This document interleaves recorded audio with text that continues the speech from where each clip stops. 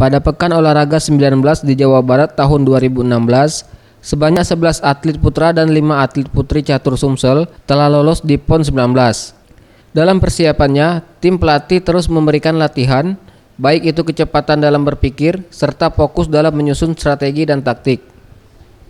Menurut Mursili, Sekretaris Umum Percasi Sumsel yang ditemui Rabu 16 Desember 2015 mengatakan, atlet catur Sumsel yang telah lolos PON 19 terus digenjot porsi latihannya, karena Percasi Sumsel menargetkan raih hasil maksimal dalam event 4 tahunan ini. Pak Mursili Ciaman Esas sebagai Sekretaris Umum Percasi Provinsi Sumatera Selatan.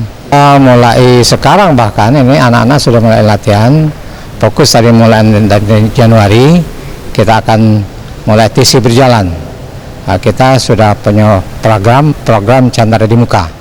Itu mulai Januari sampai pada saat kita akan berangkat ke PON ke Jawa Barat nanti. Ferry Jatinugroho, Sriwijaya TV.